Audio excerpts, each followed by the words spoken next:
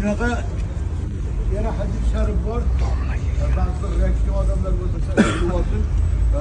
Payg'ambar Rasululloh aytganlarki, har bir farz ibodatdan keyin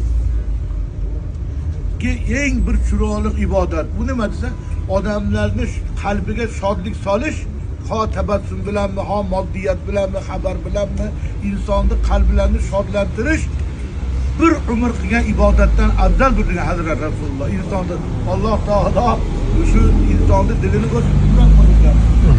Amana Hazrat Ibrohim alayhisalom qilgan. Amin. Alloh taolo amin. Marhum mutafot Shod hojini mana bu nimada Facebooklarga qo'ygan ekansizlar, ko'rdim. O'shunday yig'lab Allohga o'sha yerda munojot qilib, o'tganlarga Xudoning rahmatini tilab, o'z e'tiqodi bo'yicha, o'z ixlosi bo'yicha yaratgan Mavlosiga borib, arzi dodini qilib, kelib mana Allohning rahmatiga, jannatiga ko'chib o'tibdi, armoni yo'q ekan. Bu dunyoga ketish hammamizda bor narsa. Alloh taolo bu og'amizga rahmat, abadiy manzillari jannat qilsin. Mana kecha bugun o'qildimi? Janoza kimiki o'qisa bir yo'l janoza gunohidan bo'lur albatta toza.